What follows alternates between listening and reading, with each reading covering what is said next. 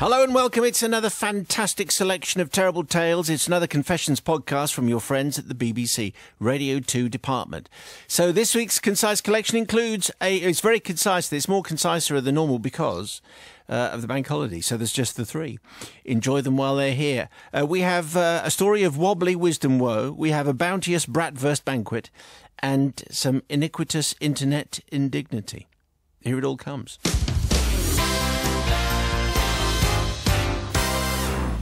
So, here's a nice confession, which comes from, it's signed a dentist. Excellent. Oh. It is a dental confession. Exactly, and you're quite right to say, OK, here goes. Dear Father Simon and the Sisters of Mercy. A promising start. It might be that you've had, over the years, a variety of experiences with dentists. I hope most are good ones, allowing for the inevitable pain and the expense, which is, of course, par for the course. But occasionally things don't go quite to plan. This can constitute what is sometimes called in our industry a really terrible experience with a dentist. Let me set the scene. Bear with me. It's not exactly Marathon Man, so toughen up, Matt. Okay. Is it safe? Well, I don't know, it's a bit grim. No, it's fine. You can relax. This happened about 25 years ago when I was practising in North Liverpool. I hope that's vague enough. In fact, it might even be Matt that this refers to. Did you have a bad experience with a dentist? Well, no. In North Liverpool? No. Well, let's see if They've we all can been fabulous. Narrow it down a little bit. A gentleman came into the surgery complaining, unbelievably, of toothache. That's not always the case, actually, because some come in complaining of boils and ingrown toenails, but usually it's toothache. Why would you go to the dentist for that? I don't think you go there. You just go to the dentist and you go, oh, by the way, my boils hurt. Yeah. Have you got anything for this? No, I just have to be careful how I sit, maybe. Oh, dear. I can't I'm lay sorry down. about this. Can't lay down very long. I wish we were talking about I'm gardens sorry. and rotivators. The cause of his pain was a lower left wisdom tooth. No worries. I can deal with that, I thought. I am a dentist. It says so on the door. I took an x-ray and decided that despite it being a wisdom tooth, I felt confident that I could extract it there and then. A number of people already gripping the side of their chairs is a very unpleasant business. Or it can be, having your wisdom teeth out. I've had one out. I've had two. Have you had any out? None. That's why you're so wise and got 'em. intact. Yep. Our dentist says, I gave him the necessary injections which numbed his lip, tongue and gum around the tooth. All was fine. And everything was numb. And his toothache had gone.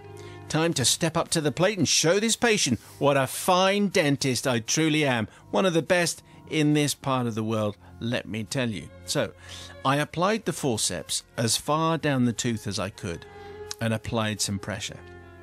The patient began to moan. It's not really a line I was anticipating. Anyway, the patient began to moan, but I didn't want to release my grip. So with forceps attached, I asked the gent if his lip, tongue and so on were numb. He had to nod because I refused to let go. But anyway, I told him it was probably pressure that was causing the inconvenience, and I tried again. Well, again, he let out a deep, low moan. I'm just adding that in case you don't know what a low moan sounds like. But I was sure he could not feel it, so I convinced myself that this wisdom tooth was mine. Ha! I pulled, and I tugged, and I pulled, and I tugged. It was coming, a little twist here and there. At last, the blighter was free. And as the offending molar came out, I was very pleased. But the noise the man made was a little disconcerting. More groaning, and even a little sob. Yes, Aww. he was crying. You shouldn't have felt that, I said, because everything is numb. And then the words I shall never forget, even if his mouth was completely numbed up. It came out as, It eventually translated as, the tooth was fine, but you had my moustache caught in the pliers. Well, what can I say? Father Simon, it never happened again. But to the gentleman in question, sir, I can't remember your name, but I'm sure you remember me as the guy who extracted a rotten wisdom tooth and quite a lot of your very unnumbed upper lip hairs. I am very sorry. Yours, a dentist. Check that out with the pliers. That's a little bit loose with the pliers, isn't he? Because he'd won the... Anyway, he lost some of his moustache. No, what? That's why he was low moaning. Anyway, Sister Bobby's got this to say. Just imagining that, it would have been really difficult, wouldn't it? Because the hairs would have pulled some of the lip out, I imagine, or his face. It would have contorted his face in a very pulled weird... his face out? No, I didn't say that. His lip. Because he'd had his moustache is above his lip, yeah? So think... Usually, yes. So the pliers are in the back, so it must have got caught up. So as he pulled it, it must have been dragging the... Oh, it's horrible. Look, watch. See? That must have happened. That makes you look very strange. It looks strange anyway. What I'm saying is you're obviously a very good dentist. Very good, nicely And you recovered. took out the right tooth. That's what you took out the right tooth. It was rotten in one go. Just half his But I moustache. don't know if I can forgive you. You should have actually stopped and checked with the patient because maybe actually he has Why are something you to moaning? say. Stop moaning. So actually, given the fact that you didn't just stop and check and you thought you were okay and everything was all right, so actually no, I'm not going to forgive this time, Mr. A Dentist. Okay, what do you think, Matt? What is he doing asking him questions when he's got stuff in his mouth? That's what you get asked questions by dentists when they've got is this okay? Is that okay? I can't talk, I've got something in my mouth. So I never understand that. But also, what are you doing going and getting dental work done with a moustache? Surely buyer beware. You should before you go, think, is anything likely to get caught Well, here? that's on your lip. That's probably around the mouth. Might make sure that's all pretty nice So and you think smooth. you should shave I think basically, yes. facial hair it's, beforehand? if you're going with facial hair to the dentist, then all your own What fault. if you're a hipster dentist? With your socks. So I am going to forgive because, frankly, with his facial hair and his bowl of cereal. bohemian lifestyle, then had it coming. Yeah. Yeah, your own fault. And Tina from Lincolnshire has sent in tonight's confession. Thank you, Tina. Dear Father, Son, by the way, if you miss any, the little download that we do at the end of the week, the Confessions podcast, is the place that you catch up. Plus, we're going to the Folk Awards, mentioned it earlier, and it's the Folk Show tonight. If you have a confession which relates in any way to Mark Radcliffe, or folk music in general, or maybe a folk club, or maybe Martin Simpson or a folk gig, or playing an instrument or something like that, we'd like to use your confession when we go to the Folk Awards at the Royal Albert Hall. Confessions at bbc.co.uk, and if you mark it, this is for the Folk Awards. Otherwise, it might get lost in the hundreds of others that are coming in, which we can't use. Anyway, anything with a banjo is fine.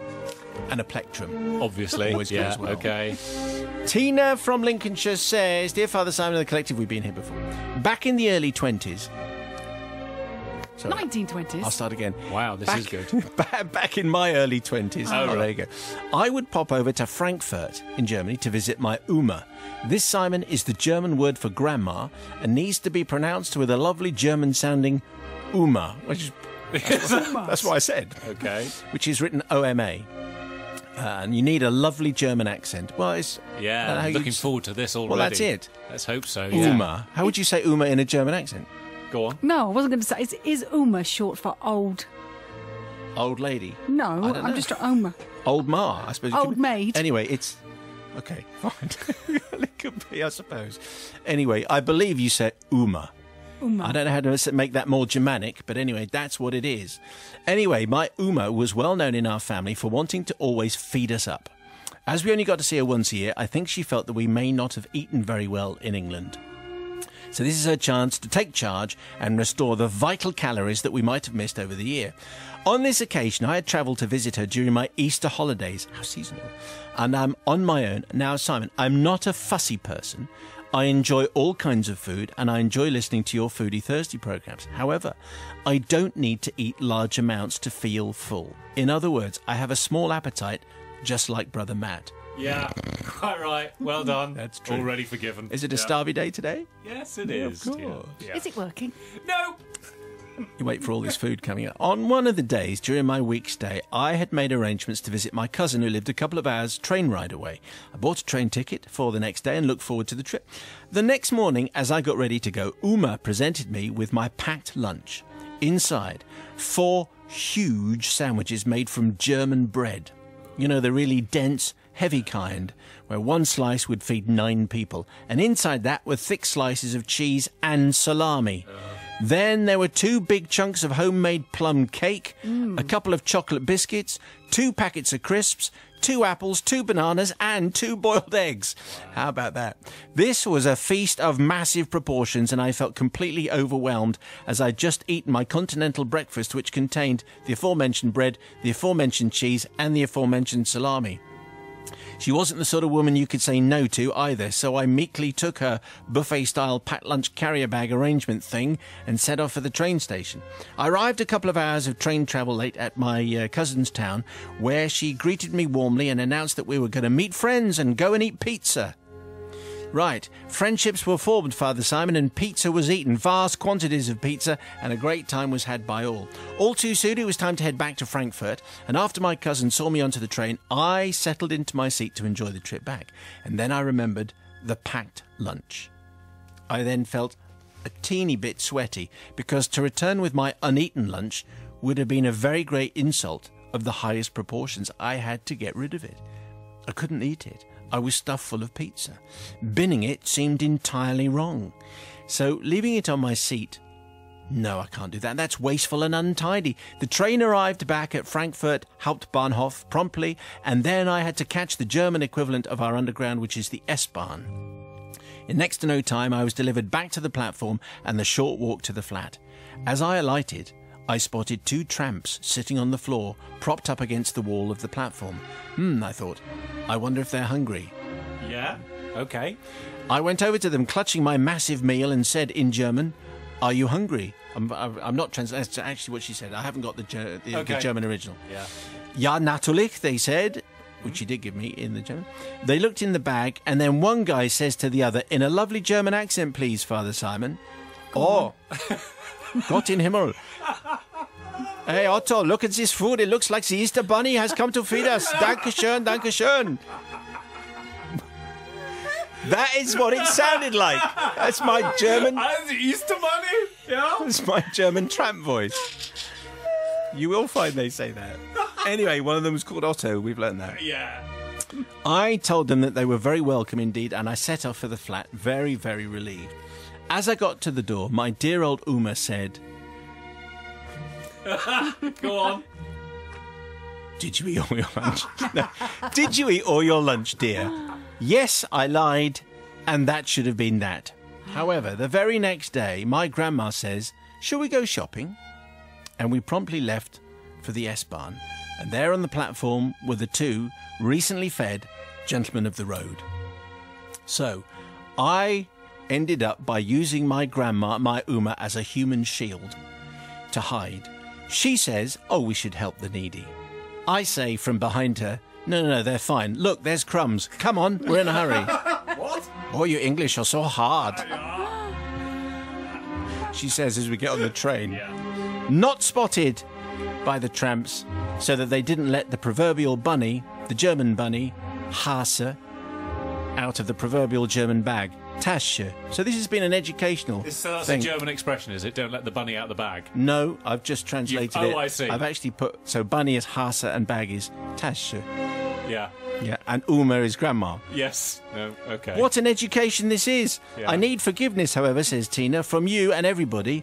Also from my dearly departed Uma for telling such a bad lie, but also forgiveness from my 3 beautiful daughters, Kate, Heather and Lucy, who asked me to send this story in last year, but I ran out of time. Oh, yes, and also the German gentleman of the road, I suppose, because otherwise they might have had a second meal, and I said no, because, look, they'd have given me away, and the German bunny would have been out of the German bag, yes. as they say in Frankfurt. Obviously. Anyway, checking in with Bobby to see what if she's feeling forgiving. I think I am generally, because really it's a win-win-win, isn't it? Because the thing is the old lady, the lovely old lady, her grandma, who made her a packed lunch. It's What a a loving feast. thing to do. It's a really loving thing to do, and you should never ever refuse that, because one day you might want it actually and need it. So always take it. If you have a packed lunch, Yeah. right? When you were a kid, you had a packed lunch, go Yep. on a school trip. You would get a sandwich, Yeah.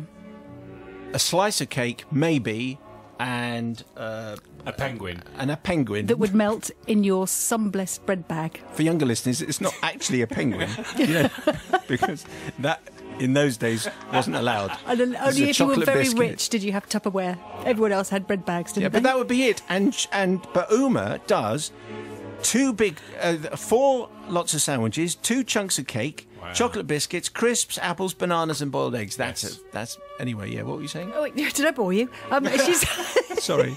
That's all right. It was fine. Of course she's forgiven, because basically you don't want to hurt your grandma's feelings, so of course you have to hide it. And what could you do? You had to eat pizza with new friends, so you were stuck between, 2 feeding troughs, really, and you can't do both, so well done. And you fed 2 other people in the process, so well done. Win, win, win. Brother Matthew. Well, we're laughing and learning today, and I feel that what we've learnt is that obviously the Germans do far better packed lunches than we do, and also, what are you doing having the pizza?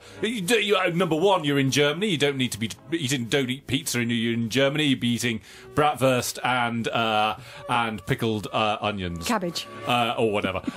So number one, not forgiven for eating pizza, but number two, you should have been. And I would go and stay with somebody making me that kind of packed lunch every day. I'd definitely go for that. So I'm going to forgive for the packed lunch. Apparently, I've been pronouncing it wrong all this time. Anyway, we did check it out, but Gabrielle says it's Omar.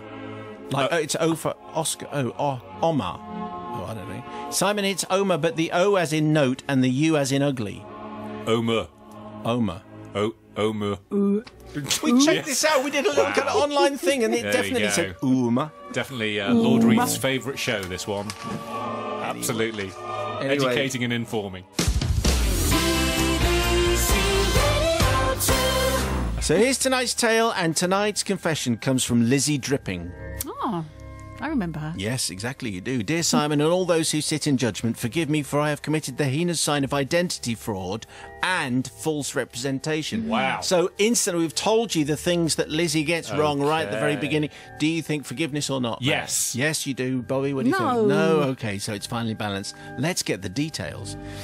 These days, online dating is commonplace, but back in the late 90s, there was no Match.com and no Tinder. There were just a couple of sites that nobody really admitted to ever being on.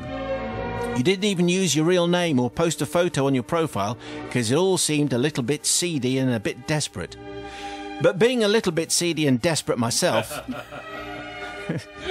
and encouraged by a friend who was also seedy and desperate and already on there, I joined the leading online dating site of the time. I adopted the profile of Lizzie Dripping after the cartoon character of my youth. That caused issues of its own, which is another story in itself. Anyway, I chatted online with various people and eventually worked up the courage to go out on a date with someone who seemed quite nice. We went out for a meal and drinks and had a pleasant evening, and even a little kiss at the end of the date. I thought it went pretty well. I was open to the idea of a second date, so I went home and patiently waited for him to ring, but he didn't. I attempted to ring him, but got no answer. After a few weeks, it was clear I had been dumped before we'd even got started. Great. I wasn't too upset, really. He wasn't that amazing. But it did knock me that he didn't even have the courtesy to give me a, "It's not you, it's me," or "I'm just not in the right place right now" kind of spiel. Therefore, I decided to investigate further. I created a new profile, a blonde, blue-eyed dance student profile, living in his local area, as opposed to the brunette office worker profile that was the reality. And I viewed my dumper's profile. It had a feature that informed you about who had visited your page. And sure enough, he checked me out. Of course he did. I was a 19-year-old blonde dancer and he was a 35-year-old IT manager. We got talking and I told him about my love of wild parties and my dancer friends that seemed to pique his interest. Eventually, I asked the killer question, "So, have you been on any dates with anyone you've met on here?" "Yes, a couple," came his answer, "but they didn't work out." To be honest, they were nice enough girls, but they were both a bit on the big side for my taste. What? There it was. The reason I was dumped without explanation was because I was too fat for him. Well, it was at that point that I could have revealed my true identity and taken him to task for being so shallow and rude. However, slowly, catchy, fat-phobic online data, which is my favourite line of the week, so I shall say it again. However, slowly, catchy, fat-phobic online data. I continued to talk to him online for a while, spinning ever more elaborate tales of my crazy, zingy lifestyle, until he eventually plucked up the courage to ask me out on a date. To which I replied, "Sorry, While you're a nice enough man, you're a bit old and boring for my taste. Surprisingly, there was no further contact after that point, and can only assume that he then went off to nurse his bruised pride. And obviously, I don't seek forgiveness from him, the man I duped with my cunning plan, for he was as shallow as a teaspoon and clearly had a deluded sense of his own pulling power. I seek forgiveness from the other potential suitors on the site. I'm sorry if I got your hopes up with my fake profile. This tale ends on a happy note, though, Father Simon, as it all turned out quite well for me as I went on to meet my now husband online, who didn't seem to mind that I was a bit fat. Yours, Lizzie Dripping. On tonight's confession. So there you go. It's a pretty interesting story, and I think, respect to her for basically taking that guy and then right at the last moment saying no, bit old, bit boring, because he had it coming. Really, I think. Anyway, nicely done, seedy and desperate. Bobby Pryor. No, I don't mean seedy and desperate. Bobby Pryor. How did you know? Seedy and desperate was referred to in the confession. Full stop. New paragraph. Do you want a spade? Bobby Pryor. That's all right. Lizzie Dripping. The thing is, I love the sound of Lizzie Dripping. I've never done online dating. It just would horrify me. Slowly, catchy, fat phobic. Yes, that's the thing. Slowly, catchy, fat phobic online data. Online data. Yes. Well done for that. Well done just for the line. That's why I think it's one of the things. People like different things. And can I ask a question? Does she put a photo up? Is this a kind of? There must have been an image. So which photo did she use for the blonde dancer? I don't know. This is a long time ago. Maybe actually putting up a photo. I probably think not. It was just a text, because I was thinking, how did you get away with that? You must have used someone's yourself. image. Okay, you just described yourself. This is a long time ago. He fell for it, and he thought he was in for something that he wanted, and he couldn't get it because he didn't have the right things to earn it. So generally, people are allowed to what they like. He didn't have the courtesy to call her though, so I think he could. What does it cost? No thanks, you're not for me. You're right. I'm not in the right place right now. Lizzie Dripping, you're absolutely forgiven. I'm well not done. in the right place right now. Do Not me a you, it's me. favour. It's definitely you, Brother Matthew. by the way. He sounds like a keeper, doesn't he? Yes, ladies, former ready queue for Mr. Online Data. I am going to forgive because, frankly, he doesn't sound that good. You're better off without him. And which of us wouldn't, when presented with the opportunity to tell someone who's dumped us, would then have the opportunity to say, no one's going to pass up that to say, do you know what, mate, you're dumped. Yes. So I am going to forgive because all of us would have done the exact same thing. They were this week's confessions. Did you forgive anyone? I suspect probably not. If you have a shadowy secret, maybe prompted by one of those, you could send us an email, confessions@bbc.co.uk. More in a week. Actually, having said that, there won't be because Richard's here. Anyway, more in a fortnight. And don't forget, you can listen to all the interviews from this week on the iPlayer. Susie Perry was in on Monday doing all that Formula One motoring stuff. Tunes Day on Tuesday, which was really rather fabulous. Adrian Lester was in on Wednesday talking about Undercover, which is really first-rate drama, on Sunday night. And Nige cooked up an Iranian dish on Thursday, a chicken stew with spinach and prunes, but sounded better in the original Persian. Anyway, the recipe can be found on my Radio 2 page, and if you got this far in the podcast, please get me on Twitter and say Popeye the Sailor Man, just to let me know that you're there. Otherwise, I get all insecure and stuff.